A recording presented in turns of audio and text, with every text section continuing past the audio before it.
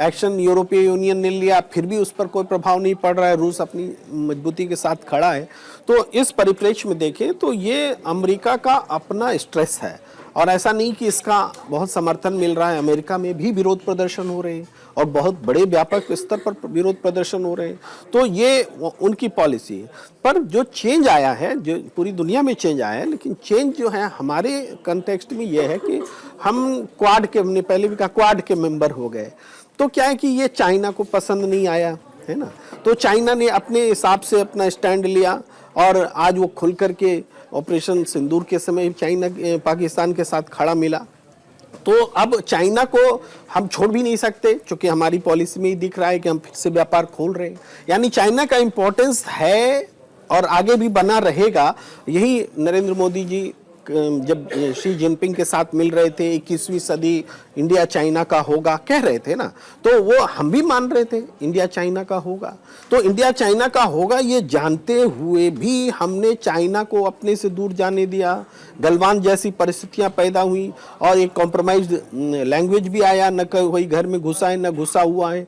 इसके बावजूद उसका एग्रेशन कम नहीं हो रहा है। दूसरी तरफ हम अमेरिका के साथ ऐसी नीतियां लेकर गए जो चाइना को पसंद नहीं है, और अमेरिका भी हमारे साथ खड़ा नहीं है। अगर अमेरिका हमारे साथ बैलेंसिंग फैक्टर के तौर पर खड़ा होता तब भी हम समझते कि चलिए। प्रेम कुमार जी, अमेरिका किसके साथ खड़ा है? वो तो नेटो के साथ नहीं खड़ा।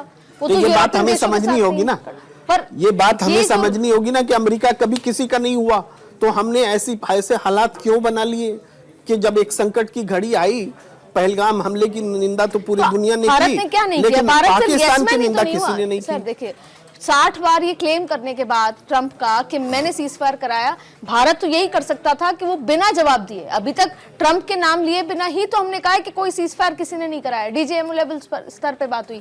अगर क्या भारत क्या करता? भारत ये कहता कि ट्रंप गलत है, या भारत जो अभी कर रहा है चुप रह रहा है, या भारत ने उसको एक्सेप्ट नहीं किया? तो भारत की तो एक अपनी फॉरेन पॉलिसी हुई ना। देखिए अमेरिका, पाकिस्तान और भारत के अंदर यही तो फर्क है कि पाकिस्तान एक यस मैन और ईगो मसाज कर रहा है और भारत नहीं कर रहा। इसका तो मैसेज ये जाता है ना कि 60 से ज्यादा बार अमेरिका खुल करके बात बोल रहा है और भारत को उसका जवाब देने तक की हिम्मत नहीं हो रही है। वो जिस ट्रंप के लिए हम नारे लगा रहे थे कि अब की बार ट्रंप सरकार, वो ट्रंप हमारा दुश्मन बन बैठा है, हमारे लिए प्रतिकूल व्यवहार कर रहा है, हमारे नागरिकों को जंजीरों में बांध कर भेज रहा है, हमारे ऊपर किसके साथ नहीं कर रहा है? किसके साथ नहीं कर रहा? तो हम क्यों डोनाल्ड ट्रंप करने गए थे? हम क्यों अब की बार डोनाल्ड ट्रंप करने गए थे? इसीलिए हम अब की बार डोनाल्ड ट्रंप तब करने गए थे जब डोनाल्ड ट्रंप हार गए थे। जब इस बार चुनाव हुए तो प्रधानमंत्री मोदी नहीं गए। सही बात है, प्रेसिडेंशियल इलेक्शन था और जीत जाते तो हो सकता था कि ये दिन और पहले देखने पड़ते, जो थोड़े दिन बाद देखने पड़े। हम शी जिनपिंग के साथ में झूले झूल रहे थे, इधर हमारा डोकलाम हो रहा था, गलवान हो रहा था, ये सारी चीजें हैं कि नहीं? तो हम फेल हो रहे हैं ना, हम जो कर रहे हैं उसमें हमारे उलट परिणाम सामने आ रहे हैं। ये चीज है, अब रीडिफाइन करने का मौका है। ऐसा नहीं कि हाथ से, कभी विदेश नीति ऐसी नहीं होती कि हाथ से निकल गया और कुछ बचा नहीं। हमेशा अपने को करेक्ट करने का मौका होता है, और आज भी हमें रूस के साथ भी बैलेंस करना होगा, चाइना के साथ भी बैलेंस करना होगा, और अमेरिका को भी बैलेंस करना पड़ेगा। बदौलत से मैं चाहूंगी कि प्रेम कुमार जी के इस पूरे वक्तव्य में मुझे जो बात समझ आई वो ये था कि शायद कुछ लोग ये चाहते हैं कि भारत एग्रेसिव मोड में आए, फ्रंट फुट पे आए, लेकिन भारत वासुदेव कुटुंबकम की बात करता रहा।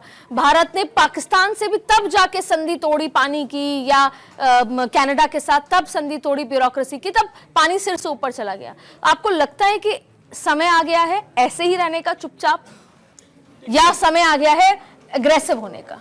देखिए, भारत जो इस टाइम किसी भी देश के साथ जो अपनी रणनीति बना के चल रहा है वो मेरे हिसाब से बहुत अच्छी है। फ्रेंड्स टू ऑल है वो तो। बिल्कुल बिल्कुल। अमेरिका के साथ अमेरिका ने जिस तरह से, देखो ट्रंप साहब जब पहले कार्यकाल में रहे तो भारत के साथ उन्होंने अच्छे संबंध जोड़ के रखे। अब वो कुछ भी कारण हो सकते हैं, मगर सेकंड जैसे ही कार्यकाल में आए तो भारत ने तो ऐसा कुछ नहीं किया था उनके साथ जिससे वो हमारे खिलाफ टैरिफ लगाने लगे, हमारे खिलाफ रणनीतियां बनाने लगे, हमारे खिलाफ पाकिस्तान को उकसाने लगे।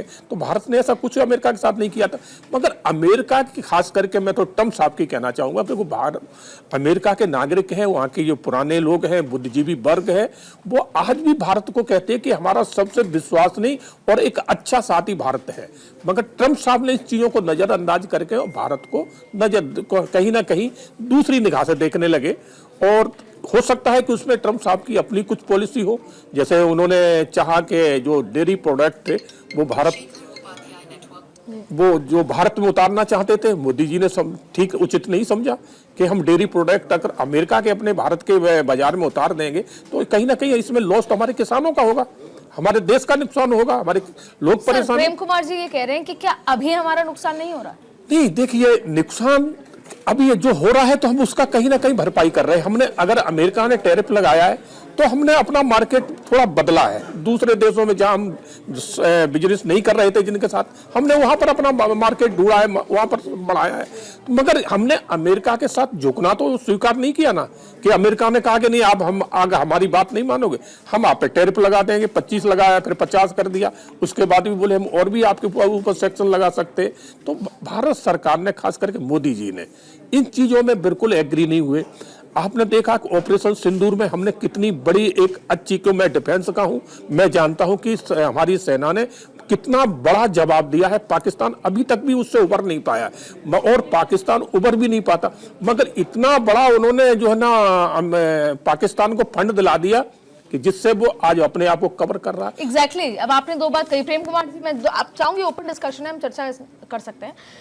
एक तरफ हम कह रहे हैं कि पाकिस्तान उभर नहीं पाया, और ये सच है कि हमने उनके 9 आतंकी ठिकानों को भी मार गिराया, हमने उनको बता दिया, लेकिन उसके बावजूद भी जितनी भी इस्लामिक कंट्रीज हैं, धर्म के नाम पे वो पाकिस्तान, मोस्टली इस्लामिक कंट्रीज धर्म के नाम पे, टर्की और तमाम कंट्रीज धर्म के नाम पे पाकिस्तान के साथ या तो खड़ी हो जाती हैं या चुप हो जाती हैं।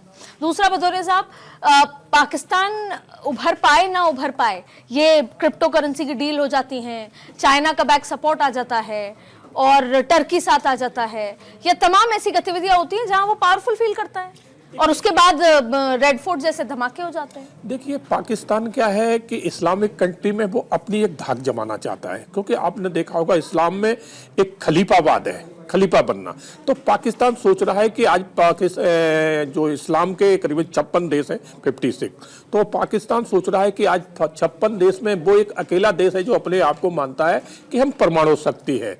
तो इसलिए वो हर देश को अपने साथ जोड़ना चाह रहा है। और दूसरा वो क्या है कि अपना एक मजहब का भी उसमें लेके आ जाते हैं कि हम एक मजहबी हैं, एक साथ रहें। तो पाकिस्तान ये कोशिश जरूर कर रहा है, मगर जितने भी इस्लामिक देश हैं आप देखिए कि वो हर अपना बेनिफिट पहले देख रहे हैं कि हमारे देश का बेनिफिट कहाँ पर है और किस हिसाब से है। तो वो जरूरी नहीं कि सब, हाँ कुछ कट्टरवादी है, जैसे टर्की है, टर्की ने ऑपरेशन सिंदूर में खुल के साथ दिया पाकिस्तान का, और भी देशों ने, इस्लामिक देशों ने दिया।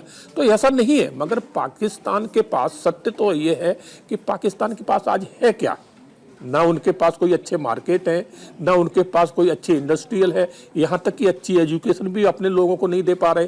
सिर्फ अगर उनके पास अगर बचा है तो एक जमीन का टुकड़ा है। ठीक है, एक बात उल्लेख किए